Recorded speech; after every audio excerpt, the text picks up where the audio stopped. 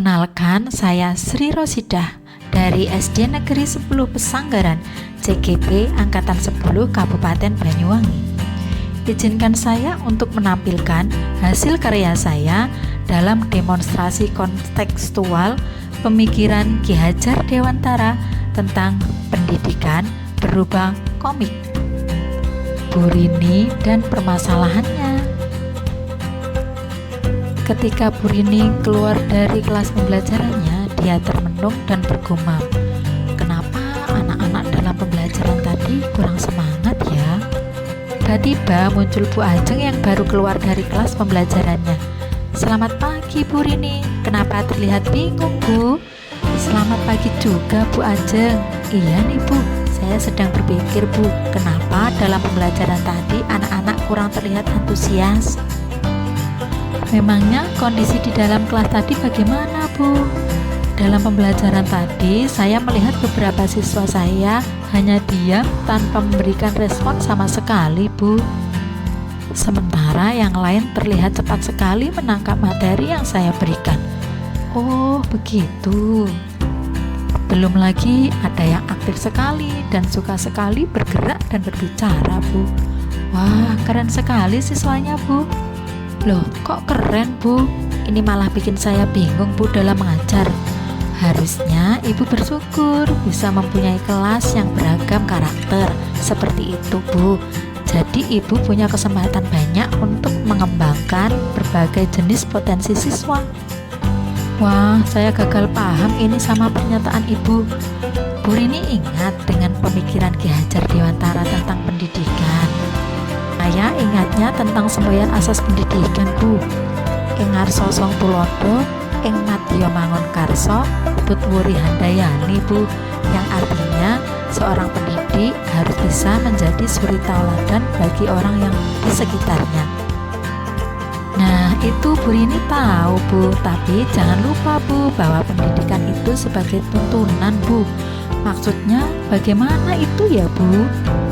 Di dalam mendidik siswa, kita harus menuntun mereka untuk bisa berkembang sesuai dengan bakat dan potensinya masing-masing. Ki Hajar Dewantara menyatakan, pendidikan itu layaknya petani yang sedang menanam jagung. Anak-anak diibaratkan bulir-bulir jagung. Jika biji jagung ditanam di tempat yang subur, mendapat sinar matahari dan pengairan yang baik, meskipun kualitasnya kurang baik, karena perhatian dan perawatan serta tangan dingin Pak Tani, pun sebaliknya. Sedangkan Dr. Iwan Syahril PhD menyatakan, peserta didik ibarat planet-planet dalam susunan tata surya, di mana setiap planet memiliki karakternya masing-masing dan mengorbit pada matahari. Di dalamnya garis masing-masing, misalnya Jupiter berevolusi paling cepat, sementara Neptunus paling lambat, tapi semua planet tersebut tetap tidak pernah berhenti bergerak. Jadi biarkan anak-anak berkembang dengan kecepatannya masing-masing Bu, tanpa terlalu memberikan intervensi pada kodrat anak tersebut Bu. Entah caranya bagaimana Bu? Biarkan mereka menjadi manusia yang merdeka tanpa mengganggu kemerdekaan orang lain juga Bu. Tujuannya buat apa Bu? Kalau saya Bu melakukan asesmen diagnosis awal sebelum memulai pembelajaran, agar saya bisa mengetahui kemampuan awal anak dalam pelajaran saya Bu. Setelah itu saya mengerti gaya belajar yang cocok untuk masing-masing anak. Berdasarkan analisis tersebut, saya berharap bisa memberikan tuntunan yang baik dan sesuai dengan pribadi anak-anak dalam proses pembelajaran Bu. Wah, dapat ilmu baru ini saya Bu.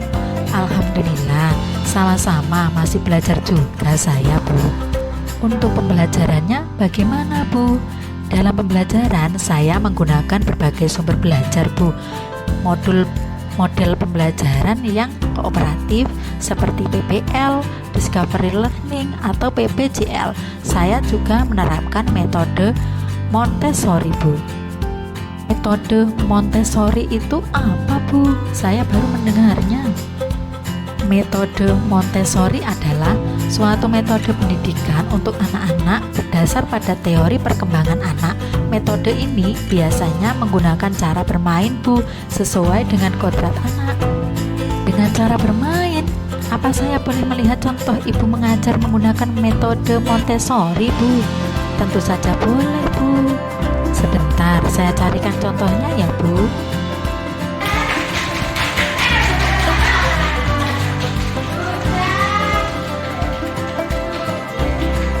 Wah, ternyata metode pembelajaran Bu Ajeng sangat bervariasi ya, Bu. Bahkan dengan bermain pun bisa digunakan untuk pembelajaran. Benar, Bu Rini, karena dengan bermain anak-anak lebih semangat belajar, Bu, dan sesuai dengan kodrat anak sejak lahir, yaitu bermain dan bersenang-senang. Jadi langkah konkretnya di dalam kelas bagaimana, Bu? Pendidikan merupakan wadah terjadinya interaksi pengajaran di mana kebudayaan dari suatu masyarakat akan terbentuk. Pada akhirnya, pendidikan merupakan pondasi dari peradaban suatu bangsa. Kita bersama-sama menciptakan suasana pembelajaran yang nyaman dan menyenangkan, sekaligus mendorong siswa kita untuk mengembangkan keterampilan berpikir kritis, kreatif, komunikasi, dan berkolaborasi. Caranya ya dengan menggunakan pembelajaran yang inovatif. Gunakan juga berbagai sumber belajar, terutama budaya dan lingkungan kita. Berarti seperti melaksanakan hubungan yang sebaik-baiknya dengan Tuhan, dengan sesama manusia, dan dengan alam ya, Bu. Alhamdulillah, saya dapat pencerahan setelah bicara sama Bu Ajeng. Alhamdulillah ya, Bu Rini, agar dicipta merdeka belajar, karena sejatinya kita seorang pendidik haruslah menghamba pada murid. Menghamba pada murid, maksudnya apa, Bu? Menghamba pada murid yang artinya pendidikan berpusat pada murid, dan murid. Meskipun demikian, tetapi harus tetap memilah dan memilih hal-hal yang positif yang dapat kita. Siap, Bu. Nanti sering-sering kita berkolaborasi melakukan refleksi pembelajaran ya, Bu. Kalau begitu, saya mau mempersiapkan asesmen diagnosis dulu, Bu. Terima kasih ya, Bu. Sama-sama, Bu. Semangat dan salam bahagia, Bu. Demikian demonstrasi kontekstual pemikiran Ki Hajar Dewantara tentang pendidikan yang saya tampilkan. Terima kasih.